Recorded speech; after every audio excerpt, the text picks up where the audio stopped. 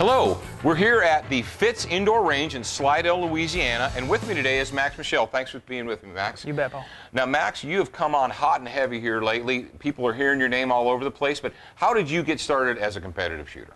My father got me started at a very young age in shooting in general, and we just kind of branched out to competition a couple years later.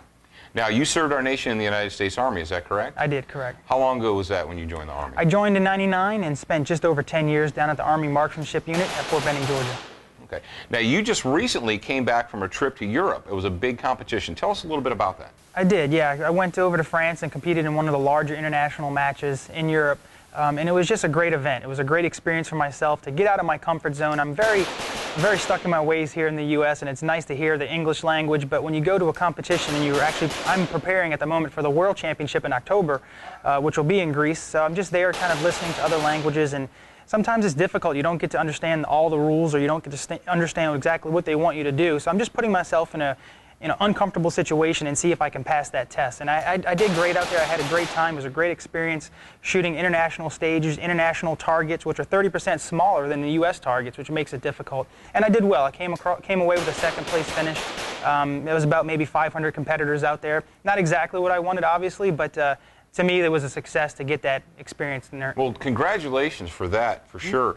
Now, as you've been a competitor shooter and you've moved up in the ranks, who have been some of your greatest influences? Yeah, there's been so many great influences in my career. Obviously, my father, he's just been an exceptional person through everything in my life, not just shooting, but to have him, to basically teach me, the basics of firearms and the safety behind that at a very young age, and now I can teach that to my children is highly important for me. But I've had, great influences throughout the years at the local level. Guys saying, hey, Max, let me help you with your dad, take you to this match and show you what to do here and there.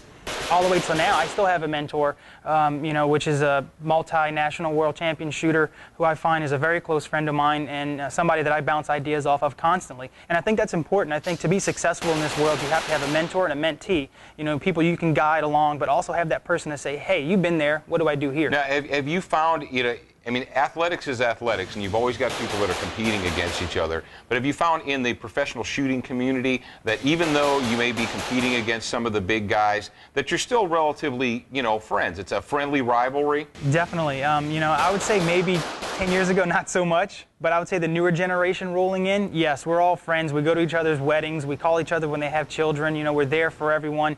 And it's, believe it or not, at the competition, if I forget a target or something during my walkthrough, I might have a world champion tap me on the shoulder and say, hey, there's a target over there. You don't forget it, because at the end of the day, they want to beat me at my best, and I want to beat them at their best. So yes, we're all great friends, which makes it difficult in an individual situation. If I win, who do I share it with? So it's difficult. So you go home and share it with your family, but when you're on the range, you feel bad for your buddies.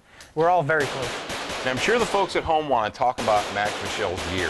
What kind of gear do you run in competition? You bet. Most of the time in competitions, I'm running our standard SIG Sauer 226 or our 226 X5 model, which is our high-end competition line.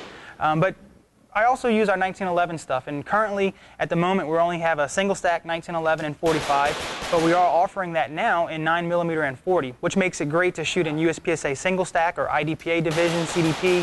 There's various things you can use it for, and I'm very excited to put out an exclusive here for the SIG Sauer double-stack coming, which I'm very excited about. We've been working on it for probably 2.5, 3 years, and it's just something that I can't wait to get it out there. A double stack 38 Super, 9mm, 40, 45. Hey, more bullets, got to be more fun, right?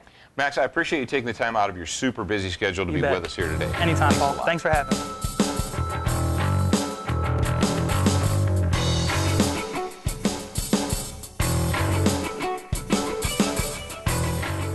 Brought to you by Blackhawk, Black Hills Ammunition, Bravo Company USA, Crossbreed Holsters, EOTech, Insight Technology, Fox Knives USA, Car Arms, Auto Ordnance, Magnum Research, Chris USA, Midwest Industries, MKS Supply, Night Force Optics, Revision, Powder River Precision, Tactical LEDs, Tactical Rifles, Wonga Studios, Tough Products, Woolrich Elite, U.S. Peacekeeper, Advanced Armament Corporation, and Delta Outdoorsman.